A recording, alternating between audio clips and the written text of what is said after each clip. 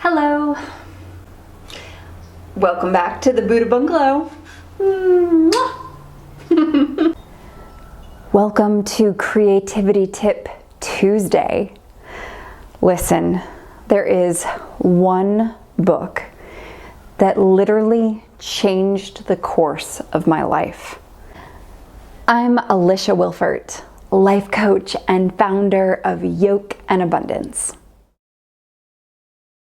This book was written in the 70s, okay, by one of the most brilliant women I can think of. Julia Cameron wrote a book in the 70s called The Artist's Way. This book, A Spiritual Path to Higher Creativity, has been my Bible, my lifeline. It has been the place that I have gone to for tools that have helped me create everything from a yoga studio to believing in myself, to leave my corporate job, to starting my business as a life coach. So The Artist's Way, this book is absolutely incredible. If you are not an artist, it doesn't matter. That's really not what this book is about.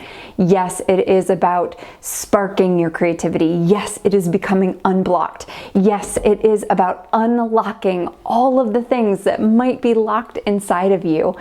And it is the best place to go if you need to get unstuck. I ask all of my clients to read this book, and not just read this book, but do the work, because I know that when you do the work of this book, big things happen in your life. You uncover, you excavate, you find out what's really going on inside of you so that you can bring it out into the world. So, why do I love this book so much? There are really three things that I think are incredibly impactful. Julia Cameron has laid out a book that actually mimics the 12 steps of a recovery process. So she considers this a recovery out of being a blocked artist. It is 12 weeks. It's a 12-week book, a 12-step program. And she starts with two main tools. The main tools that she asks you to work with are daily writing, what she calls morning pages. I'll jump into that a little bit more in a moment. And artist dates, taking yourself on a weekly date to fill up your own personal creative well. In addition to that, she writes a chapter each week on one part of unblocking your personal creative process. And when you do that, when you unblock that personal creative process at the end of each chapter, she has a number of different things to work through. So first, let's talk about morning pages. I'm not going to go too much in depth because you can watch the video from last week that I put out on writing morning pages, but I want to tell you a little bit. The morning pages is probably one of the most popular things that has come out of this particular book. What morning pages ask you to do, it asks you to sit down every day as soon as you get up in the morning and write 3 pages longhand, pen to paper, pencil to paper, however you want to look at it. 3 pages, stream of consciousness, whatever comes out of you. You're not supposed to censor yourself. If you can't think of something to write, you just write, I can't think of something to write until it comes out. You write the things you think you cannot say. You unlock whatever's going on up here. And she asks you to do it first thing in the morning because that's when you are still closest to the dreamland. It's this liminal space in between being asleep and being awake. And it's a way to help us access our more unconscious state of mind, that wise self that's underneath everything, waiting for us to come out and chat. So morning pages, you start with morning pages. I consider morning pages a way for me to get centered for my day. It's a taking out the trash of what's been up here, ruminating around, getting in my way, keeping me from going after what I want, keeping me stuck in the mundane or the minutia of daily life. I get it out all on the page and I don't ever have to think about it again. And I find that as I'm doing that, things spark. An idea here, a solution to a problem there. Lots of ideas come out of morning pages. I've even used it to help write chapters of my book, Little Failures. There's so many different ways. And again, you do not have to be an artist to do the artist way. Like I said, I ask all of my clients to work with this book. And I ask all of my clients to work with this particular book because I know it will get them unblocked.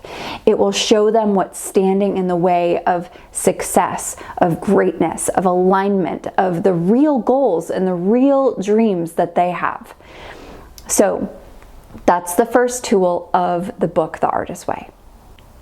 The second tool of the book, The Artist's Way, is something that Julia Cameron calls artist dates. An artist date is when you take yourself on a date to fill up your own creative well. So the way I think about this is I often make a list of all of the creative things that I like to do, from going to a walk, to visiting botanical gardens, to going to see new exhibits at the art museum, or visit old trusty favorites at art museums. I go visit art museums, I'll go to a concert, I will go to a coffee shop.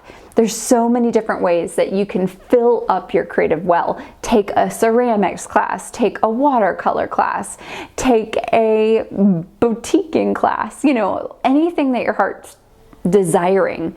Have you been wondering what it would be like to create perfume and go to a scent making workshop, or create a candle? Or maybe you want some sort of outside of the box creativity. Make a list of everything, even if it's going to go roller skating at the local roller rink. Anything to fill up your creative well that gets you outside of your normal every single day routine, right? That thing that we're stuck in all the time. You want to go fill up your creative well. Now, what Julia Cameron also asks is that during the time that you work with this book, so the 12 weeks of this book, you will go on those artist dates alone. It's really imperative to developing a personal sense of self that in the beginning you go on the artist dates alone to fill up your creative well, to figure out what you believe for yourself. If you've never gone to the movie theater by yourself, this is a phenomenal time to go to the theater by yourself and give that a try. So artist dates and morning pages, they go hand in hand. And even long after you've read this book, I think you will see the value in doing both of those things. Then the third thing, of course, is that you're actually reading everything she's talking about in each chapter. She tackles everything from the inner critic to handling jealousy, to naysayers in your life and crazy makers in your life that keep you from your passions, your creativity, your dreams, your art, what to do about them, how to work with them. So, if you want to spark your creativity, if you want to get unblocked, unstuck, if you want to figure out what your heart's desire is, what your purpose and your passion could be in this world, there is no better book than The Artist's Way. Have you read it? Have you tried it? Have you heard of morning pages? Comment below, let me know. I definitely want to hear from you. So please let me know if you've done The Artist's Way. And if you're enjoying these videos, please hit the like button and definitely subscribe to this channel. And bonus points if you send this channel to a friend. Thank you so much for being here. See you again tomorrow.